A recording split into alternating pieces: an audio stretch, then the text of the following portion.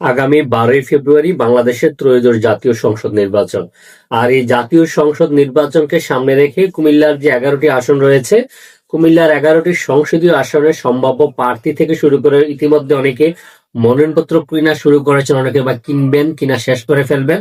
তো যে সকল প্রার্থীরা কুমিল্লা থেকে নির্বাচন করবেন সকলের উচিত কতগুলো বিষয় আমাদের কুমিল্লার উন্নয়ন ঐক্যবদ্ধ থাকা। আমাদের কুমিল্লাবাসীর অনেকগুলো দাবি আছে, অনেকগুলো যৌক্তিক দাবি। দাবি বললে তো আবেগের দাবি নয়, কুমিল্লাবাসী যে যৌক্তিক দাবিগুলো রয়েছে সেই যৌক্তিক দাবিগুলা, যেখানে কুমিল্লার 11টি আসনে যারা সংসদ সদস্য হবেন বা 11টি আসনে যারাই প্রতিনিধিত্ব করবেন তাদের প্রত্যেকের ইশতেহারে এই সকল বিষয়গুলো থাকা উচিত। এছাড়া ওনাদের উল্লেখিত আমাদের এলাকার বিভিন্ন দাবি দেওয়া তো থাকবে। তাদের মধ্যে সবচেয়ে আগে যে বিষয়টি গুরুত্ব পাবে যে কুমিল্লা বিভাগের বিষয়টি, যেখানে বাংলাদেশ জাতীয়তাবাদী দল বিএনপি তাদের কুমিল্লা বিভাগের সাংগঠনিক কার্যক্রম অব্যাহত রেখেছে। বাংলাদেশ জামাত ইসলামের আমির ডক্টর শফিকুর রহমান এবং নায়েবে আমির আব্দুল্লাহ মোহাম্মদ তাহের তারাও কুমিল্লা বিভাগের বিষয়ে জোর দাবি করেছেন। এনসিপির হাসান আব্দুল্লাহ থেকে শুরু করে এনসিপি একটা সাংগঠনিক কার্যক্রম চালাচ্ছেন কুমিল্লা বিভাগের। তো আমরা চাইবো এখনই যেন প্রত্যেকটা রাজনৈতিক দল তাদের নির্বাচন ইশতেহারে জুলাই সনদে উল্লেখিত কুমিল্লা বিভাগ বাস্তবায়নের বিষয়ে উল্লেখ রাখে। দ্বিতীয়ত হচ্ছে কুমিল্লা বাংলাদেশের মধ্যে সবচেয়ে বেশি প্রবাসী হচ্ছে আমাদের কুমিল্লা জেলায়, এবং আমাদের কুমিল্লার যে আশেপাশের জেলাগুলো রয়েছে কুমিল্লা, চাঁদপুর, নোয়াখালী, লক্ষ্মীপুর, ফেনী, ব্রাহ্মণবাড়িয়া, এই 6 জেলার মানসিকতা চিন্তা করে কুমিল্লার যে বিমানবন্দরটি আছে, যেখান থেকে বাংলাদেশ সরকার প্রত্যেক মাসে 30 থেকে 40 লক্ষ টাকা রাজস্ব পায়, সেই কুমিল্লা বিমানবন্দরটাকে যেন আন্তর্জাতিক বিমানবন্দর রূপ দেওয়া হয়, এটা থাকবে আমাদের কুমিল্লার প্রত্যেকটা সংসদ সদস্যের প্রাণের দাবি। কুমিল্লা সিটি কর্পোরেশন হয়েছে, অনেকদিন হয়েছে। কুমিল্লা সিটি কর্পোরেশন হওয়ার পর থেকে জোর দাবিও আসছিল যে কুমিল্লাকে মেট্রোপলিটন নগরীতে মানে কুমিল্লা মেট্রোপলিটন পুলিশের ইউনিট যাত্রা শুরু করা, যেটা এখনো হয়নি। তো কুমিল্লা সদর আসন থেকে যে নির্বাচন করবেন ওনার ইশতেহারটি রয়েছে। তা আমরা প্রত্যাশা করবো কুমিল্লার প্রত্যেকটা সংসদ সদস্য প্রার্থী এই বিষয়টাতে জোর দিবেন যে যেন কুমিল্লা মেট্রোপলিটন সিটি গঠন করা হয়। তারপর হচ্ছে কুমিল্লার যে বর্তমান সিটি কর্পোরেশন, এটা হচ্ছে মানে অনেক মানদাতার আমলের এরিয়া নিয়ে করা হয়েছে, যেটা প্রায় 200 বছর আগের সিটি কর্পোরেশনের সীমানা। তো কুমিল্লা সিটি কর্পোরেশনটিকে পশ্চিমে যেটা রয়েছে, যে পশ্চিম দিকে কুমিল্লা দুর্গাপুর উত্তর এবং দক্ষিণ দুটি ইউনিয়ন রয়েছে। এই দুটি ইউনিয়ন আসলে ইউনিয়ন দেয়, এই দুইটা ইউনিয়নে যে পরিমাণ হাইরেজ বিল্ডিং উঠেছে, মানে তারা সিটি কর্পোরেশনের সকল কিছু থাকার পরও সুযোগ সুবিধা থেকে বঞ্চিত হচ্ছে। দুর্গাপুর উত্তর, দক্ষিণ এবং পূর্ব দিকে জগন্নাথপুর উত্তরে বাস্তবী ইউনিয়নে যে গোমতী নদী পর্যন্ত কুমিল্লা সিটি কর্পোরেশনকে বর্ধিত করার দাবি জানাচ্ছি। এবং 5 নম্বর হচ্ছে কুমিল্লা গোমতী নদীকে কেন্দ্র করে, যেমন আমরা সিলেটের কথা যদি বলি, সিলেটের সুরমা নদীকে কেন্দ্র করে সুরমা নদীর দুই পারে যেভাবে শহরটা গড়ে উঠেছে, এরকম কুমিল্লার গোমতী নদীর দুই পারে যেন পরিকল্পিত নগর গঠন করা হয়। 7 নম্বর হচ্ছে কুমিল্লা নগরীর আলোক দিতে আমরা দেখেছিলাম গত সরকারের সময় তখনকার অর্থমন্ত্রী একটি আন্তর্জাতিক ক্রিকেট স্টেডিয়ামের কার্যক্রম শুরু করেছিলেন।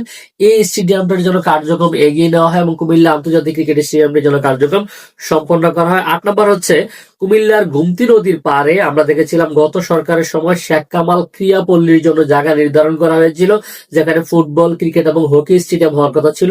আমরা চাই যেন আগামীতে যে সরকারি আসে কুমিল্লার শেখ কামাল ক্রীড়াপল্লীর জায়গায় ক্রীড়াপল্লী হোক, যে নামে হোক একটা যেন ক্রীড়াপল্লীটা হয়, ফুটবল, ক্রিকেট এবং হকির জন্য যে স্টেডিয়াম সেটা যেন করা হয়।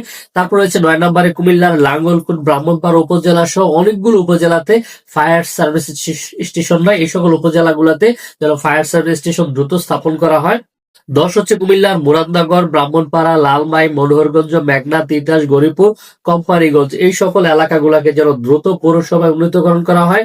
11 হচ্ছে কুমিল্লা সরকারি কলেজ এবং কুমিল্লা মহিলা কলেজের আরেকটি ক্যাম্পাস যেন কুমিল্লা গোমতী নদীর উত্তর পারে করা হয়। এটা অবশ্যই আমাদের কুমিল্লা সদর আসনে যিনি সংসদ সদস্য রয়েছেন ওনার এটি পরিকল্পনার মধ্যে রয়েছে। 12 নম্বর রয়েছে কুমিল্লার যে আমরা জানি যে তৃতীয় মেঘনা সেতুর একটি প্রকল্প রয়েছে, যেটি হচ্ছে নারায়ণগঞ্জের 2500 হয়ে বাঞ্ছারামপুর দিয়ে সেতুটি হওয়ার কথা। এই সেতুটি যেন দ্রুত সম্পন্ন হয়।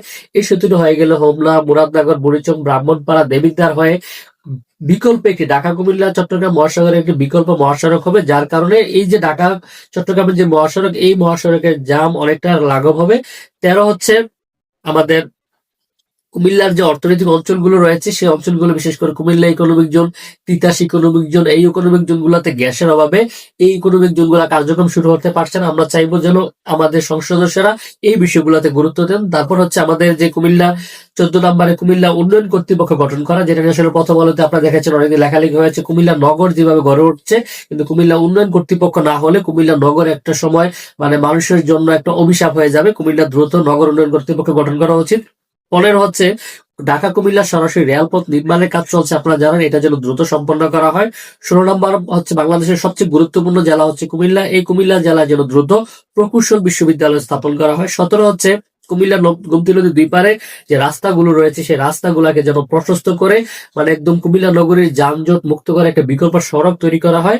18 হচ্ছে কুমিল্লা নগরীর যে সবগুলো রাস্তা রয়েছে কুমিল্লা নগরীর ভিতরে প্রত্যেক রাস্তাকে 4 লেন করে যেন ডিভাইডার দেওয়া হয়।